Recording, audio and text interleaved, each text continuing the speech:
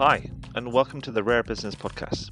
My name is Adrian Swinsko, and I'm a consultant, advisor, researcher, and writer on all things related to customer service and customer experience.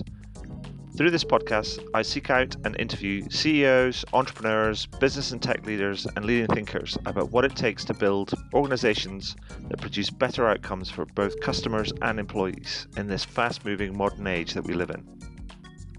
If this is your first time listening to one of these interviews, then welcome, and please do dive into the archives at adrianswinsco.com, as I've now completed over 250 of these interviews in the last few years.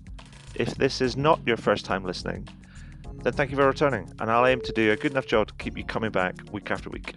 Anyway, that's enough from me right now. Let's get into the interview.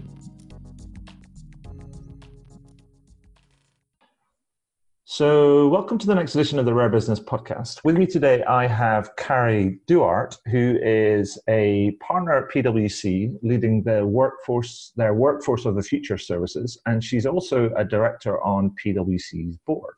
Hi, Carrie. How are you doing? Doing well, Adrian. Thank you for having me today. You're very welcome. Now, so Carrie, can you tell us a little bit about yourself and also a little bit about the work that you do? Yeah, absolutely. So at PwC, I have those two roles that you mentioned. I'm leading our Workforce of the Future services, which is where we're helping our clients really enhance and drive workforce productivity in this digital age. Mm-hmm. And two of the things we're really focused on are around digital upskilling and putting humans first in this digital world, and how we're helping organizations drive real business impact and real learning and helping their workforce evolve with regard to digital upskilling. So finding that fascinating. And the other piece of that also comes into play is around diversity and inclusion, which really helps to drive, again, workforce productivity, innovation, and weighs in heavily into that digital upskilling. So those are two very, I'll say, popular topics within our Workforce of the Future platform. Absolutely. My second role is that I'm a director on the board of PwC, which also gives me oversight and visibility into our own firm's strategy and journey, as we have been going heavy on our digital upskilling for our own organization and changing the way we work for at least 3 years now, as well as our efforts around diversity and creating that really inclusive workforce. So those two lenses give me the visibility and oversight from our own organization, as well as, you know, what's happening in the market and how we're helping organizations drive real change. That's perfect. Thank you so much. Now, the reason we agreed to get together and have a chat today was that PwC has recently published a new piece of research called Tech at Work, which sort of explores a lot of these issues that you've been talking about. And I took a look at that and I was like, that's cool. I mean, there's some real parallels and some interesting sort of findings in there. But rather than me kind of babbling on about the report, I mean, can you tell me a little bit about it, sort of how it came about, and so some of the big headlines that you found out from the report? Would love to, and I'm glad you found it so interesting and exciting. So our PwC, the Global Survey on Tech at Work, it takes a closer look at the views of about 12,000 people from Canada, China, Hong Kong, Germany, India, Mexico, the UK, and the US. And they shared their views about digital tools that they use in their daily work. Mm-hmm. And a couple of things that I liked about it was, you know, we heard from all generations in the workforce, with C-suite titles, and all the way to administrative roles, and from a range of industries, including consumer markets, health industries, financial services, as well as technology and media and manufacturing. And so it's part of our series of consumer intelligence series that we really focus on enabling greater insight into consumer and executive attitudes and behaviors in this rapidly changing technology landscape. Right. So that's kind of in a nutshell what is covered and what you'll find in the survey. Okay. And of all those kind of findings, I mean, were there any, I mean, there's two things I wanted to ask you about. One is that because it was a global study, did you find any sort of geographical differences across the piece that's worth kind of mentioning? And also, were there any findings in particular that you went, wow, didn't expect that. That's interesting. Yeah, great question, because I think we thought we might find greater geographic differences, Right. but we actually found some really common themes. Okay. And, a couple of which are that organizations have been spending millions on technology, but then they're not getting the bang for their buck. Right. And what we're finding is it's because they're often not thinking about the workforce that needs to adopt and adapt to that technology. And that's how to get the bang for the buck on that technology if the workforce is really ready to use and leverage it. Right. So some of the findings that we said, well, what's driving that? And we found about 4 key themes. Okay. One is that the first is leaders are saying they're choosing technology with the people in mind, but the employees don't agree with that. And so I think that's interesting that the C-suite thinks like, we got this, we're in touch with the workforce, but the workforce is saying there's such a disconnect on there. So I think that is interesting, and we go in and we explore that a little bit. Okay. So what was the other themes? The other thing is that the second is that people really want this digital skills training. Employees that were surveyed are saying they would love to spend up to 2 days per month on training to upgrade their own digital skills if offered by the employer. Right. But what they were saying is that not only am I not being offered it, they're saying I often am spending my own time trying to digitally upskill myself, and it's not even necessarily acknowledged and validated, let alone rewarded.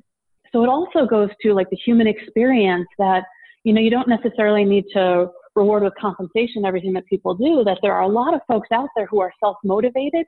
Sure. And all it might take is a little bit of acknowledgement, encouragement, and support. And they may do a lot of this on their own. Yeah. So I think that was the second. And I'll walk you through the last 2. The Okay. third is also about the employee experience with the technology at work.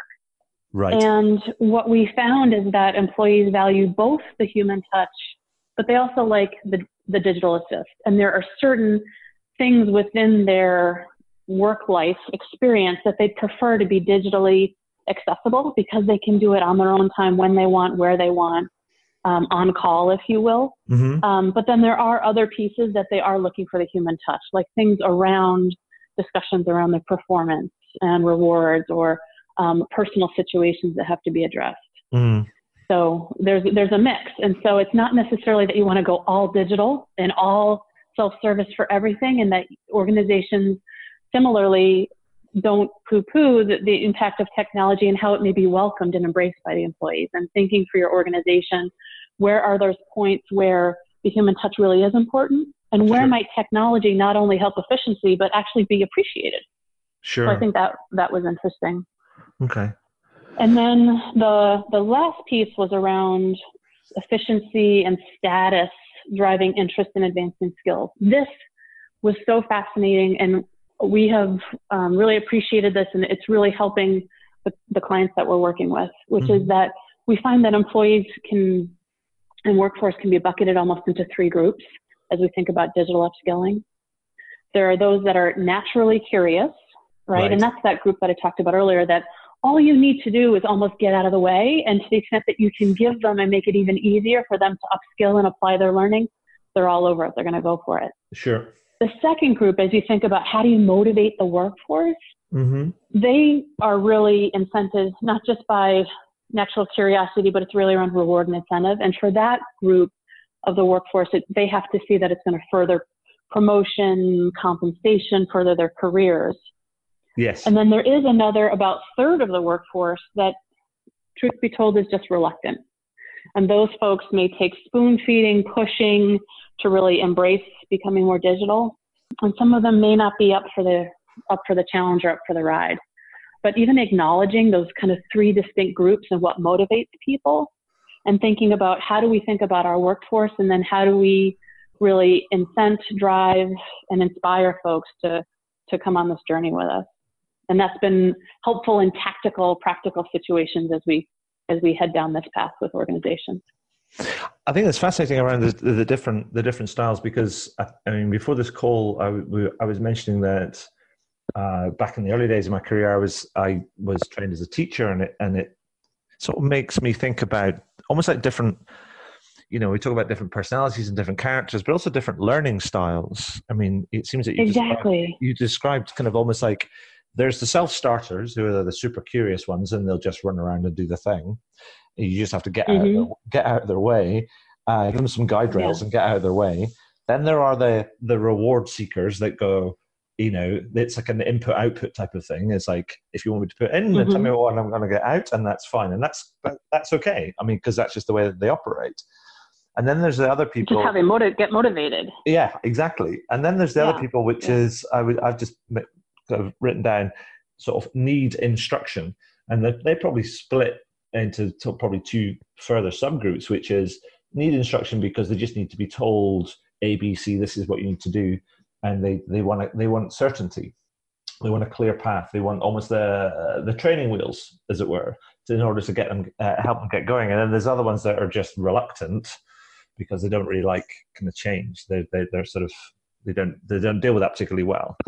And I think it's fascinating because actually that kind of throws in a degree of, if you like, complexity and variety to many of the challenges that organizations are facing. I mean, because a lot of organizations are talking about, we need to move to become more of a self-managing and adaptable and agile organization, but they're almost making those come with possibly generalized assumptions about how people are. And maybe that sort of goes a long way towards explaining why some of these big programs, these change programs, don't work, because they haven't taken into account the variety that exists in people.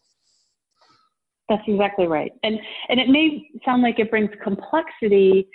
It also helps to bring some clarity and a path forward. To your point around, it explains why change might not be working in some organizations. Putting this lens on it and saying, well, what type of employees do I have? And understanding what motivates them. Once we understand that, then we can work to push the levers and do the things that incent and drive or inspire some of the change in behavior. Absolutely. And I think the thing is that people I think there's an interesting nuance around the word complexity, because a lot of people use the word complexity to imply it's confusing, but actually complexity viewed another way could just mean that it's a bit more sophisticated than you think and will require a more sophisticated approach to work. Yeah. Well said. Thank you. So brilliant. That's super interesting.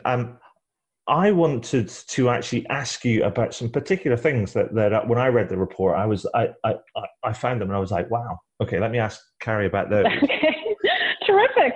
Love it. So, I was one of the first things out there that I saw, and I said I was surprised to read that you found that 73% of people surveyed say they know of systems that would help them produce higher quality work. And I looked at that and I was like, okay, but yet it seems that many executives and leaders are not tapping into that collective intelligence of their employees. Can you give me a view on or your view on what do you think is stopping them from doing that? Because that's like, it's a bit like, when they talk about many minds or many heads are better than one. I mean, that's like, tapping into the collective intelligence. That just seems like a no-brainer to me.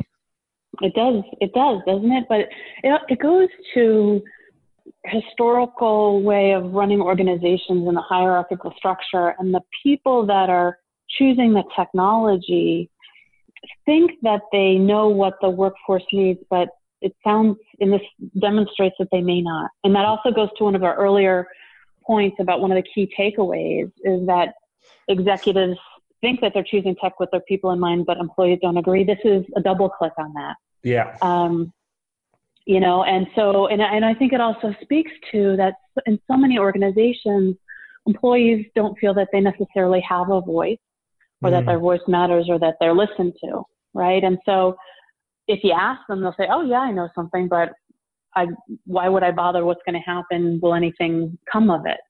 And that's just such a common disconnect. And it's the leaders and the C-suite are doing their best, and they are trying to understand and choose what's best for the organization and the workforce, but there's this clear disconnect that when we do see that disconnect broken and that bridge built, it can be so powerful.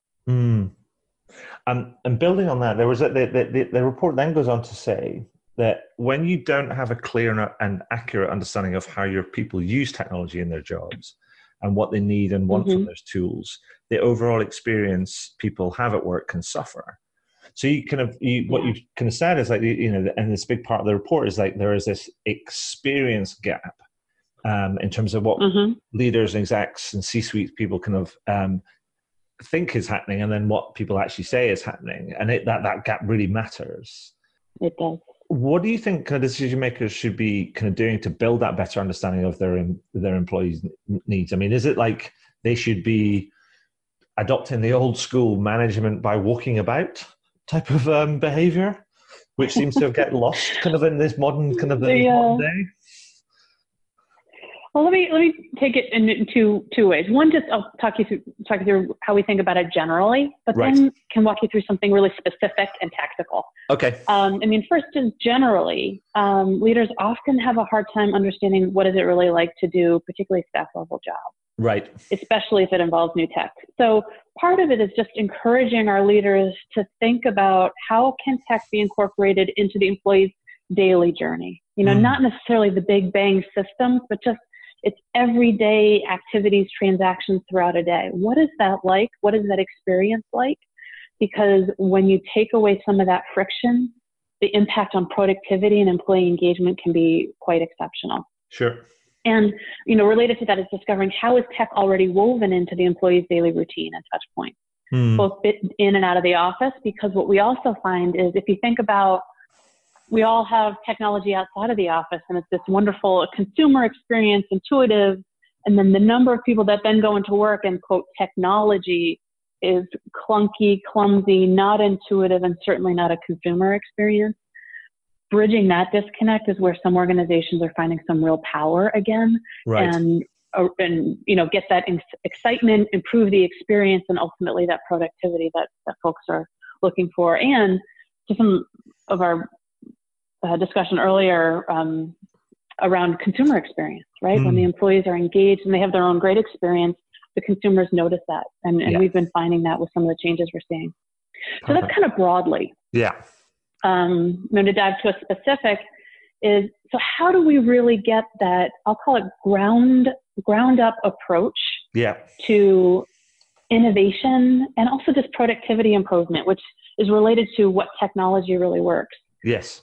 And this actually, so part of the sleuthing before this podcast today, I read some of your articles, and I loved your March 18th article around 10 little things to improve, and that little things matter, because this speaks to that. Sure. So 10 things to improve the employee experience. There's this concept, it's like citizen-led innovation, which is this whole concept of giving the workforce their voice. Yes. And what we have found is where we've been doing some digital upskilling and then giving the employees immediate opportunity to apply that learning in their jobs. One organization, as we help them with some deep training of some of their folks as they started to be able to do some bots, we said, think about what drives you nuts in your day-to-day interactions. Sure. And we gave people the opportunity to create bots to automate or take some of the pain out.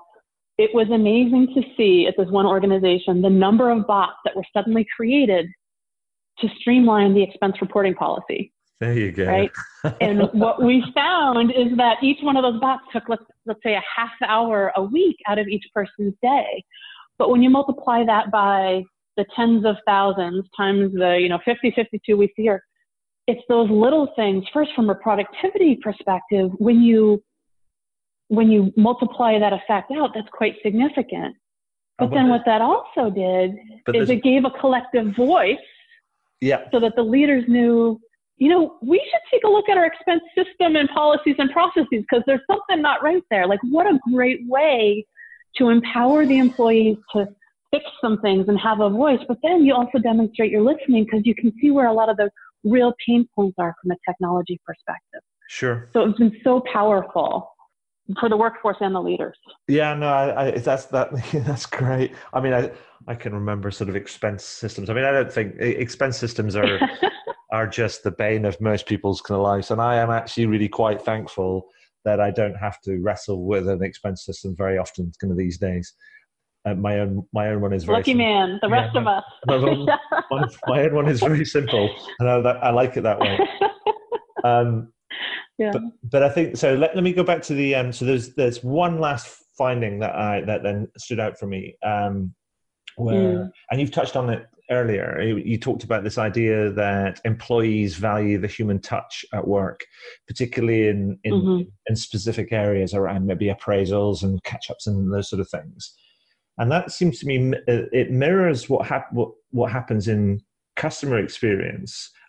Many customers like digital tools, and they want to self-serve, but they want to speak to someone when things get complicated or are kind of meaningful or have a bit more importance. I mean, do you think actually, because I think that customer experience and employee experience I think employee experience is probably developing, it's sort of behind in the development curve, vis-a-vis customer experience. But do you think there's a lot that people focusing on employee experience could learn from studying what happens in customer experience and what we've learned around what great customer experience looks like? Because it feels to me that it's almost slightly anathema that I call it the Jekyll and Hyde syndrome, in that we are customers for probably, most of our lives, most of the hours in our lives, as it were, where we're sleeping and we're with friends and family and so on and so forth. And then we cross this threshold, which is the organizational boundary, and then we become these worker bees, and we seem to lose all connection with what it means to be a customer, like a human being using stuff. And I find that an interesting Jekyll and Hyde type of transformation sometimes. Isn't it? And it's so funny that we're just now starting to focus on it, although it sounds like you've been onto this for many years now. But the rest of the world is, whether we call it customer experience or sometimes we call it the consumer experience. Sure. And an analogy that we often talk about is making a good pair of jeans. Yes. A company, whether it's a technology system for their workforce or something for their workforce, they roll it out, they put all the time into change management. Seems like it should be terrific, and then nobody uses it. It's like, well, did you actually give them a good pair of jeans, or did you design something that seems super snazzy to the designer, but actually when the people went to go try it on, it just wasn't fit for purpose? Sure. And so creating and thinking about everything we do and asking our employees to do, think about it from their perspective. And is it a positive consumer experience? Taking out the friction, ease of use, does it really help them get their job done in an easier way? That's when we see the employees really latch onto that technology, get excited, get engaged. And it does translate to a better customer experience as well. But we're also seeing the stats are starting to come in now that it's reducing employee turnover. Yeah. Right? It's increasing the engagement and the performance and ultimate productivity. So absolutely, where companies are onto that concept and thinking about employee experience as a consumer or customer experience, those are the organizations that are starting to pull ahead of the pack. Awesome. So, Carrie, let me ask you if you can let's bring it down to sort of brass tacks, or make it real, as it were, because this is sometimes research and findings can feel a little bit sort of abstract. I mean, can you give me a couple of examples of sort of companies that you think are kind of leading the way and what they've done, and why they've done it, kind of, and how they're benefiting, kind of related to the findings that you've highlighted in your report? Because I think that makes it kind of real and gives people that are either listening into this or reading the highlights, they go, oh, there's somebody that I should be watching. There's somebody I should be learning from. I mean, apart from yourselves, obviously. Yeah. Obviously, right? Yes, I can. Let me walk you through a couple examples. I can't give company names, but I can describe the situations for you. Okay. So one of the first, and a lot around this, putting humans first in this digital world, to really make technology effective and have it so that it's adopted and adapted to. There was actually a bank in in Africa that we were working with that did a whole rollout of new technology, and it just was rejected. And then they called us and they said, what's going on? So we dug in and found that the employees were saying they were just afraid of failure. And sometimes we use the phrase, just click it. They were afraid to, quote, just click it. Right. So in working with the leaders then went out, redid the roadshow, but talked about their own personal experience with technology and some of the failures and some of the risks that they took. Yeah. And making it okay for folks to quote, just click it and try it. And it was incredible, the increase in people that were just willing to try it. Yes. So I think that's a practical example. Another is that there is another organization that we're working with, recognizing that it's also not just the technical knowledge. And again, so much of what the workforce is thinking about, they're thinking through, do I trust my employer? Am I afraid of failure? And am I going to have to be coding bots, right, to be able to really be relevant? And so several organizations where we're working with are recognizing that and starting to create an experience that is digital, some digital employee experience, and to your earlier point, that's a consumer experience around how people are learning. Yes. And that the learning is not just on the technical, but it's helping people understand that it's actually about, are you willing to try things? Sure. Do you have that open and curious mindset?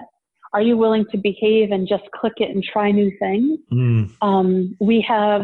There's actually more than one organization that, as they've been doing that and providing some, there's a little digital fitness assessment, creating that experience, their workforce is becoming less afraid of trying new things. And they're finding when and as they're rolling out different technology, people are understanding that it's so much about mindset, behavior, and how we work. Yes. Even more so than just technology. Right. So I think that's another example that we've been finding to be, real relevant and tactical. Is that in line with what you're looking for? Yeah, no, absolutely. I think the first one I think was I thought was particularly interesting when you get leaders that go round. Well, when you discover you've got a culture that's afraid of failure, which might not necessarily be obvious on the surface, but actually that's just when you dig in, that's kind of when you find out these things. And there's a lot of organizations that are talking about this idea about failing fast and kind of learning and so on and so forth. Let me share a little story with you. So there is a telephone exchange box in the square in the center of the town that I live in, Brighton, and about 18 months ago, there was a piece of graffiti that was, I think this was allowed graffiti. Somebody painted a sort of a mural thing on this exchange box. And on the side of it, which I took a picture of it, I think it's brilliant. It says, it's written in graffiti letters, it says something like, dude, sucking at something is the first step towards getting kind of good at something. What's that? And did you snap a picture? Do you have that? I do have that. I do have that, and that's great.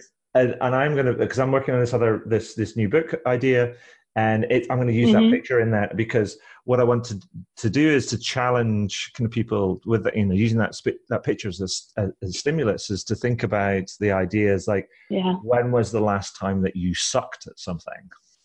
Love that idea. Because and whether that's in your work or kind of how you deal with kind of customers or your employees or your peers or your team or so on and so forth. Because I think too often when we think about failing fast and learning and things and, iterating and repeating and improving, etc., that's sort of in that agile sort of space. We talk almost too much about the work and not necessarily about the personal responsibility that comes with that, and also the relationships that we have with the people around us.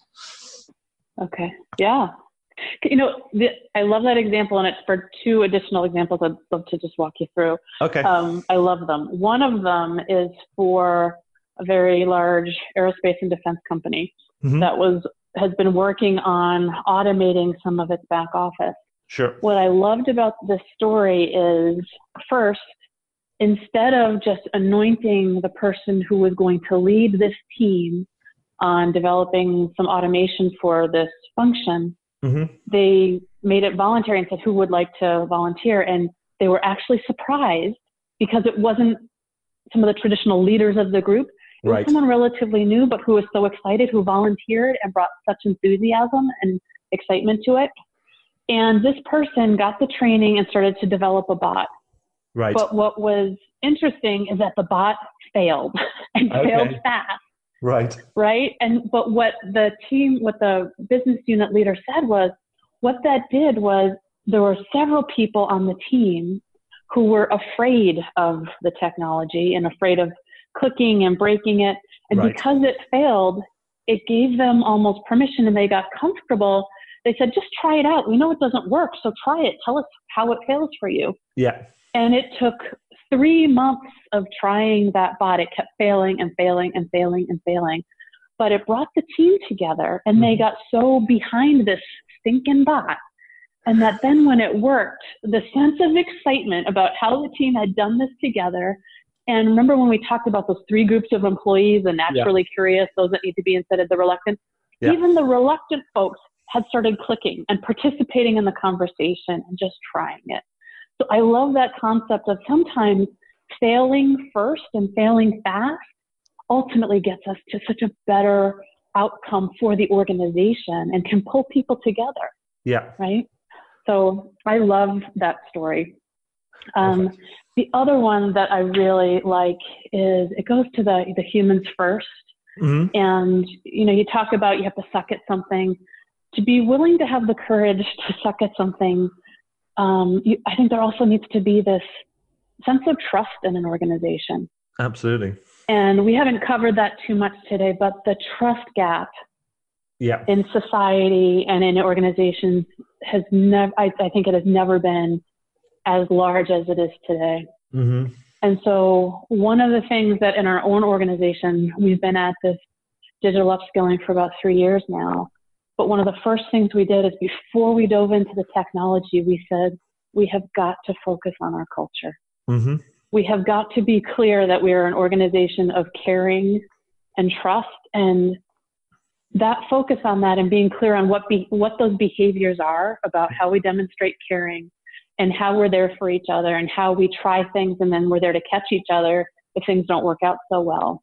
Mm. We stand behind and the impact that had for our workforce's ability, I say, to relax our shoulders and trust and try, and gave folks permission and to some extent the emotional capacity to handle the amount and pace of change. Sure. And we are so grateful that we took that time, because then as we dove into the real technology and digital upskilling, people are doing it almost in this safer environment where they know that we have a mantra of no one's left behind, everyone's going to have the opportunity. Sure. And that we're an organization of purpose and caring. And that is really enabling our team to approach this with more emotional commitment. Sure. Rather than the reluctant compliance that often comes with, we're rolling out new technology, you must do this, you must do that, here's your checklist. Yeah. Instead, it's creating that culture capacity so that folks are a bit more operating from inspiration and excitement about what this could be and how our organization is keeping our workforce to help them to stay relevant, whether you're going to be at PwC or move on. Sure. These are skills for your future. Perfect. So I think those are also some practical examples about how do we improve the trust and get our workforce to be excited, inspired, and just willing to try. Yes. To work differently. Yeah, absolutely. So, Carrie, I know we've covered a lot of ground kind of in the last half an hour. So, if I was to say to you, like, for somebody listening in, or they're reading the highlights and they want to improve their, the use of tech at work or the engagement with tech at work and just their overall employee experience, and you had to boil it down to give them your one best piece of advice, i.e. kind of like where to start, do this first, what would you say to them? Well, hopefully one of the key themes is before just investing in new technology, take a step back and think about what does your workforce really need? What is their daily experience really like? And how are you ensuring that you're really reflecting that voice and experience of the employee and of the workforce as you're thinking about major technology investments? Perfect. And finally, before we sort of kind of wrap up and I shower you with thanks, is there anything else that you'd like to add that we've missed out? Well, I can't wrap up without at least offering, as folks are thinking about this, we're here. We'd love to help start the conversation and turn this conversation into tactical action. Yeah. And prioritize steps to take. Perfect. So, Carrie, I will make sure I get that all kind of linked up, point people to yourselves and also the Tech at Work report, and make sure people know how to get in touch with you. But on the back of that and what we talked about, I just wanted to say thank you so much for, one, the work that's gone into the Tech at Work report and also sharing that with us and your take on it, and also all the stories that you've been able to share with us too. I mean, that's been great. So thank you so much. So my pleasure, Adrian. And the report is at pwc.com/techatwork.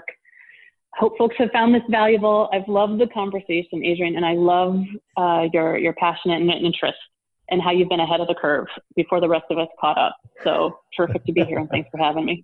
You're welcome. Well, that's it for another interview. I really hope you enjoyed it. Now, every time I complete one of these interviews, I learn something new, and I try and incorporate that new learning into my writing, my speaking, my workshops, and the consulting that I do for my clients. If you're interested, you can find out more about how I work with clients over at adrianswinsko.com. But one final thing before I go, please consider heading over to iTunes or whichever podcast platform you choose to use, and do leave a review. Every little helps, as they say. Anyway, that's all for now. Thank you for listening, and do listen in again. All the very best.